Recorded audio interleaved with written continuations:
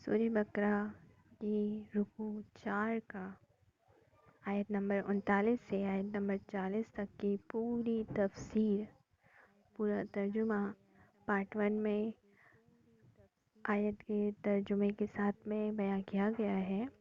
اب اس کی تفسیر حدیث کی روشنی میں کہ اللہ نے اس آیت میں حضرت آدم کو کس طرح پیدا فرمایا، کس طرح فرشتوں کو حکم فرمایا، کس طرح زمین اور آسمان کی ساری باتیں آدم علیہ السلام کو بتائی، اور شیطان کیسے بنا، حضرت آدم علیہ السلام دنیا میں کیسے آئے، اور کس طرح سے ان کی توبہ قبول کی گئی، اور کیا صحیح ہے اسلام میں، کس طرح سے سجدہ کرنا ہے، کیا کرنا ہے، یہ سب تفسیر بیان کی جائے گی۔ قرآن ویڈیو کو پورا آخر تک دیکھیں۔ قرآن پاک میں کس طرح سجدے کا اور کیسا اور کس کو حکم ہے۔ الف لام میم سورہ بقرہ کی رکوع 4 کے مطابق اللہ نے انسانوں کو کیا فرمایا ہے، کیا کرنا ہے اور کیا نہیں کرنا ہے، یہ سب اس میں پتہ چلے گا۔ تو شروع کرتے ہیں۔ اعوذ باللہ من الشیطان الرجیم۔ شروع اللہ کے نام سے، پناہ چاہتا ہوں شیطان سے۔ بسم اللہ الرحمن الرحیم، اور شروع اللہ کے نام سے جو بہت رحمان اور رحیم ہے۔ صلی اللہ علی محمد صلی اللہ علیہ وسلم، صلاۃ و سلام علیک یا رسول اللہ، اور درود و سلام اس ذات پہ کہ جس کے لیے یہ جہاں، یہ زمین، یہ دنیا بنائی گئی۔ بسم اللہ الرحمن الرحیم۔ اللہ تبارک و تعالیٰ نے چوتھا رکوع کے شروع میں نائب کا مطلب ہوتا ہے خلیفہ، جو اللہ کے نردیشوں کا، آدیشوں کو دوسروں تک بتاتا ہے۔ اور اللہ نے فرشتوں کو یہ بھی بتا دیا کہ وہ جو نائب ہیں یا انسان ہیں آدم علیہ السلام کی شکل میں یا خلیفہ شکل میں، وہ دنیا میں خون خرابہ بھی کریں گے اور فساد بھی پھیلائیں گے جو انسان ہوں گے۔ لیکن اللہ نے فرشتوں کو یہ نہیں بتایا تھا کہ وہی انسانوں میں سے اللہ کے پیارے بندے جو اللہ کے حکم پہ چلنے والے ہوں گے۔ بے شک اللہ سب جانتا ہے کہ اس کا کون بندہ اللہ کو مانے گا اور کون بندہ اللہ کو نہیں مانے گا۔ تو اللہ کو علم تھا کہ جو بندے اس کو ماننے والے ہیں، اللہ نے ان میں سے خلیفہ نبی بنائے، نبی پیدا کیے، اور فرشتوں کو حضرت آدم علیہ السلام کی خلافت کی خوشخبری دی۔ اور اللہ تعالیٰ نے حضرت آدم علیہ السلام کو تمام چیزیں اور سارے نام پیش فرما کر انہیں ان کے نام، وشیشتائیں، اپیوگ، گن آدی کے بارے میں جانکاری دی اور حضرت آدم علیہ السلام کے دل میں اتار دی۔ فرشتوں کو بتانا تھا تو اللہ نے حکم دیا آدم علیہ السلام کو کہ بتا دو سب کو کہ تم ایمان کے سچے اور ہر چیز کا نام جانتے ہو۔ میں نے تمہیں اپنے راز بتائے ہیں، تمہارا پیدا ہونے کا راز بتایا ہے۔ آدم علیہ السلام نے اللہ کو حق پر جان کر ساری چیزوں کے نام جو اللہ نے اسے سکھائے تھے، انہوں نے سارے فرشتوں کے سامنے بتا دیے۔ اللہ تبارک نے اس آیت سے ظاہر کر دیا کہ نبی فرشتوں سے ان کی ظاہری علم ساری چیزوں کو جاننے کے لیے فرشتوں سے بھی نبی اوپر ہیں۔ اللہ تعالیٰ نے حضرت آدم علیہ السلام کو ساری سرشٹی کا نمونہ اور روحانی و جسمانی دنیا کا سٹرکچر بنایا اور فرشتوں کے لیے کمال حاصل کرنے کا سادھن کیا، تو انہیں حکم فرمایا کہ حضرت آدم علیہ السلام کو سجدہ کرو۔ کچھ لوگ کہتے ہیں کہ حضرت آدم علیہ السلام کو بناتے ہی اللہ نے انہیں سجدے کا حکم دیا، نہیں۔ جب اللہ نے فرمایا فَإِذَا سَوَّيْتُهُ وَنَفَخْتُ فِيهِ مِن رُوحِي فَقَعُوا لَهُ ساجدین، سورہ الحجر آیت 29۔ یعنی پھر جب میں اسے ٹھیک سے بنا لوں اور اس میں اپنی طرف کی خاص عزت والی روح پھونکوں تو تم اس کے لیے سجدے میں گرنا۔ مگر اللہ نے یہ بھی بتا دیا کہ تم اس کے لیے سجدے میں جانا، لیکن تعظیم عزت دینے کے لیے، نہ کہ اس کی عبادت کرنے کے لیے۔ مطلب انسان کو پوجنا ہرگز ناجائز ہے، کیونکہ سجدہ صرف اللہ تبارک و تعالیٰ کے لیے ہے۔ حضرت آدم علیہ السلام کے اندر اللہ نے وہ روح دی عزت والی، اس کی نورانی روح دی، تو ان کو سجدے کا اس کی عزت کرنے کے لیے حکم دیا گیا، نہ کہ اس کو پوجنے کے لیے۔ سارے فرشتوں نے اللہ کے آدیش کا پالن کرتے ہوئے حضرت آدم علیہ السلام کو آدر اور ستکار کے لیے سجدہ کیا، سوائے ابلیس کے۔ ابلیس سارے فرشتوں کا سردار تھا، اس کے اندر گھمنڈ آ گیا تھا، تو وہ شیطان قرار گیا۔ شیطان نے سجدہ نہ کیا، گھمنڈ کے طور پر سوچتا رہا کہ وہ حضرت آدم علیہ السلام سے اچتر ہے۔ آیت سے ثابت ہے کہ آدم فرشتوں سے بھی اوپر ہے، کہ اس نے سجدہ نہیں کیا۔ گھمنڈ بہت بری چیز ہے، اس میں کبھی گھمنڈ کی نوبت ہونا کفر کی نشانی ہے، اور اس نے گھمنڈ کیا، کفر میں گیا، اور وہ کافر کہلا گیا اور شیطان بن گیا۔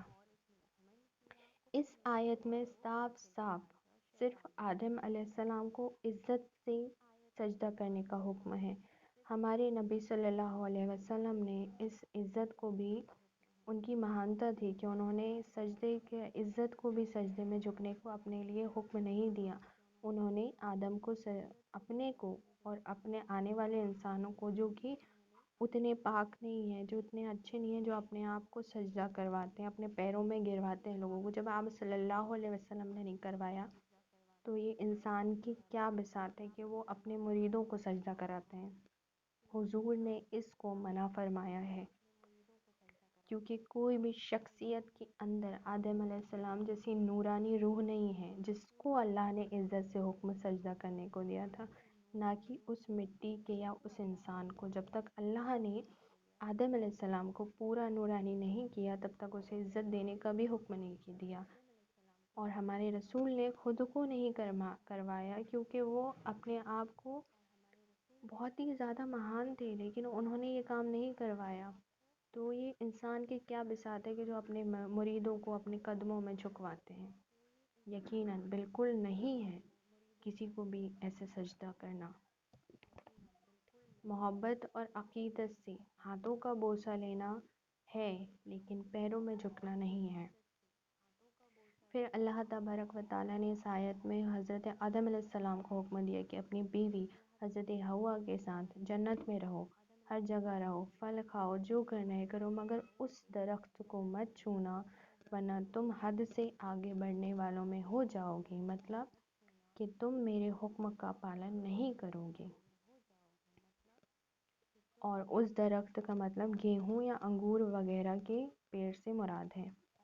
مگر شیطان نے کسی طرح حضرت آدم علیہ السلام اور حوا کے پاس پہنچ کر کہا، کیا میں تمہیں جنت کا درخت بتا دوں؟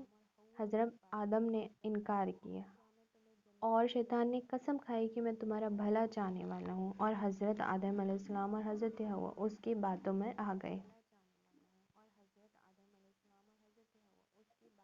کیونکہ شیطان نے اللہ کی قسم کھائی تھی، اور حضرت آدم نے سوچا کہ اللہ کی جھوٹی قسم کون کھا سکتا ہے۔ حضرت حوا نے اس درخت سے کچھ کھایا، پھر حضرت آدم کو دیا، انہوں نے بھی کھایا۔ مگر حضرت آدم علیہ السلام اور حضرت حوا ایک چھوٹی سی باتوں میں آئے تھے، کیونکہ اس نے اللہ کی جھوٹی قسم کھائی تھی اور یہ اللہ کو سچے ماننے والے تھے۔ جب اس نے اللہ کا نام لے لیا تو انہوں نے اللہ کے نام کو مان کر کہ جھوٹ نہیں بول رہے، اور اس کے بہکاوے میں آ گئے۔ تب اللہ تبارک و تعالیٰ نے حضرت آدم علیہ السلام اور حضرت حوا اور ان کی اولادیں جو ابھی دنیا میں نہیں آئی تھی، ان کی پشت میں تھی، جنت سے زمین پر اترنے کا حکم کیا۔ حضرت آدم علیہ السلام کو ہندوستان کی دھرتی میں موجود شری لنکا کے پہاڑوں پر اتارا گیا، اور حضرت حوا علیہ السلام کو جدہ میں اتارا گیا۔ حضرت آدم علیہ السلام اتنی پاک شخصیت تھی کہ ان کی برکت سے زمین کے پیڑوں میں خوشبوئیں پیدا ہو گئیں۔ پھر اللہ تبارک و تعالیٰ نے حضرت آدم کے لیے بشارت کی کہ دنیا میں وہ کچھ مدت کے لیے ہیں، اس کے بعد جب ان کی توبہ قبول ہو جائے گی تو انہیں پھر جنت کی طرف لوٹنا ہے۔ اس سے ثابت ہوا کہ انسان کو جب تک دنیا میں رہنا ہے اسے توبہ کرتے رہنا ہے، کیونکہ جب تک وہ توبہ نہیں کرے گا اسے جنت نہیں ملے گی۔ انسان امر کا انت یعنی موت کو مراد ہے۔ حضرت علی فرماتے ہیں کہ جب حضرت آدم پر عتاب ہوا اور آپ توبہ کی فکر میں حیران تھے، تب پریشانی کے عالم میں یاد آیا کہ پیدائش کے وقت جب انہوں نے سر اٹھا کر دیکھا تھا تو عرش پر لکھا تھا لا الہ الا اللہ محمد رسول اللہ۔ سبحان اللہ کہ جب حضرت آدم علیہ السلام کو پیدا کیا گیا تبھی عرش پر لکھ دیا گیا تھا کہ لا الہ الا اللہ، اللہ کے سوا کوئی معبود نہیں، اور محمد رسول اللہ، محمد رسول اللہ اس کے رسول ہیں۔ تب آدم علیہ السلام نے سمجھا تھا کہ اللہ کی بارگاہ میں وہ رتبہ کسی کو حاصل نہیں جو حضرت محمد صلی اللہ علیہ وسلم کو حاصل ہے، کہ اللہ تعالیٰ نے ان کے نام میں اپنے نام کے ساتھ عرش پر لکھوایا ہے۔ اس لیے آپ نے اپنی دعا میں ربنا ظلمنا انفسنا وَإِن لَّم تغفر لنا وترحمنا لنکونن من الخاسرین، یعنی اے رب ہم نے اپنا آپ برا کیا، تو اگر تو ہمیں بخشنے والا اور ہم پر رحم نہ کرے تو ہم ضرور نقصان والوں میں ہیں۔ کے ساتھ یہ عرض کیا اسألک بحق محمد ان تغفر لی، یعنی محمد کے نام پر تجھ سے معافی چاہتا ہوں۔ ابن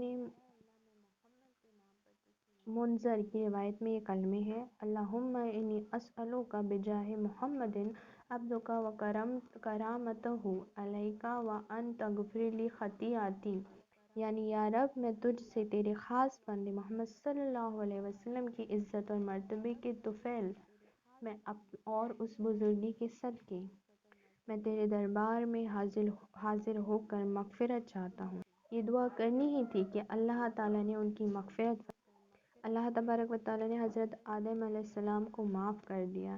اس روایت سے ثابت ہوا کہ اللہ کے پیاروں کے وسیلے سے دعا ان کے نام پر ان کے وسیلے سے کہہ کر مانگنا جائز ہے، اور حضرت آدم علیہ السلام کی سنت ہے کہ اللہ اپنے پیاروں کا وسیلہ پسند فرماتا ہے۔ من آمن باللہ ورسولہ واقام الصلاۃ وصوم رمضان کان حقا علی اللہ ان یدخل الجنۃ۔ حضرت آدم علیہ السلام کی توبہ 10ویں محرم کو قبول ہوئی۔ جنت سے نکالے جانے کے وقت اور نعمتوں کے ساتھ عربی زبان بھی آپ سے سکھا دی گئی تھی۔ توبہ قبول ہونے کے بعد حضرت آدم علیہ السلام کو عربی زبان عطا فرمائی۔ توبہ کرنے کی اصل یہ ہے کہ اللہ کی طرف پلٹنا۔ وہ لوگ جو اپنے گناہ مانتے ہیں، اس پر شرم کرتے ہیں اور اس کی توبہ قبول کرتے ہیں، ان کی توبہ ضرور قبول کی جاتی ہے، مگر نماز چھوڑنے والے کی توبہ تب تک قبول نہیں ہوتی جب تک وہ اپنی پچھلی نمازیں ادا نہ کرے۔ توبہ کرنے کے بعد جب حضرت آدم علیہ السلام کو اللہ تبارک و تعالیٰ نے معاف کر دیا تو حضرت جبریل علیہ السلام کو حکم دیا کہ زمین پر حضرت آدم علیہ السلام کی خلافت کا بیان کرو۔ حضرت جبریل علیہ السلام نے تمام جانوروں میں حضرت آدم علیہ السلام کی خلافت کا اعلان کیا کہ وہ اس وقت خلیفہ تھے، نبی تھے۔ سارے لوگوں نے جو بھی زمین پہ موجود تھا، چاہے وہ جانور ہو، چاہے جن ہو، چاہے بشر ہو، اس وقت سبھی نے حضرت آدم علیہ السلام کو نبی مانا، اللہ کے آدیش کا پالن کیا